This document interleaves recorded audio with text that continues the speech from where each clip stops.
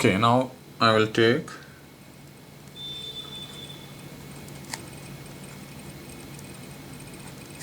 equivalent capacitance. Equivalent capacitance.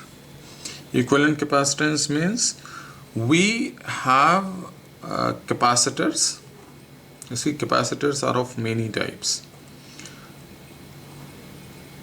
We have some capacitors and we need a capacitor of different values. I want to combine them somehow so that the net capacitance of the combination has a particular value.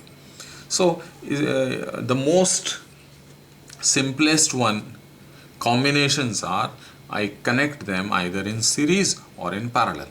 If I connect them one after other like this, so we call it series combination. If I connect them in such a way that one plate is connected to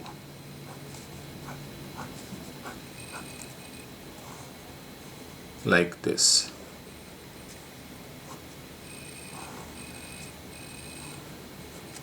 then they are in parallel. One plate of each capacitor connected to one point, another plate of each capacitor connected to one point. So this combination is called parallel, and this one is series.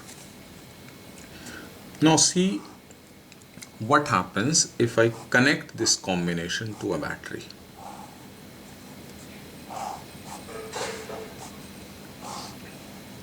Let us take the capacity as C1, C2, C3,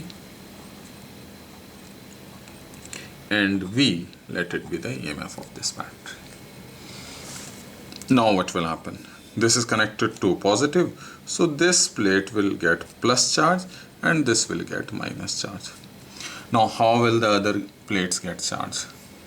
See, if I take this much part, this plate, these two, and this much part, this is not connected to anything, so it's not getting charged the way these two plates are getting. There will be induced charge. And see this part, if I draw it differently like this, and this much part only, this is acquiring plus charge, so this will acquire minus charge. And now just see this part only, this is all conducting, so this side plus charge, the other minus charge, the other side will get plus charge. Now due to this side will get minus charge and this side will get plus charge. Actually this is one conductor, this is conducting, this is conducting, this is conducting, so this is of the shape. This end is getting minus charge, so the opposite end will get the plus charge. So this minus, this plus, minus, plus, and charge is coming through induction. So if this was Q, this is also Q, this is also Q, this is also Q. So Q, Q, Q. Or I can say that M in series, each capacitor gets same charge. Equal charge is there on all capacitors. Potential difference will be divided now, because this is defined as the work done in moving the charge from one point to another. If the capacity is different, charge is same. We know Q is equal to Vc. Capacity different, charge same, so voltage will be different, and voltage will be, total voltage here is V. So V1 will come across it, V2 say across this, V3 across this, then how will they be related? Total potential is V1 plus V2 plus V3. And now V can be written as Q by C1, Q by C2 plus Q by C3. So it becomes V by Q is 1 by C1, 1 by C2 and 1 by C3.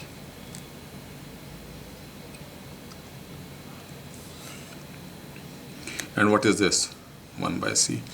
This is the net potential applied, and Q is the charge on each capacitor. So this 1 by C, so the net capacity is 1 by C is equal to 1 by C1 plus 1 by C2 plus 1 by C3. This is the equivalent capacitance when the capacitors are connected in series. For parallel, it is slightly different. In parallel, all the capacitors are connected between 2 points, these 2 points, and these 2 points have a potential difference of V. So each capacitor has V, and accordingly, charge, when it is moving here, it gets divided into 3 parts. It gets divided into 3 parts depending on their capacity. Q is equal to Vc. If the potential is same, then and charge gets divided according to capacity. More capacity, more charge. Less capacity, less charge. So all 3 are not going to get the same charge. Maybe Q1 here, Q2 for this, and Q3 for this. And net charge will be Q1 plus Q2 plus Q3.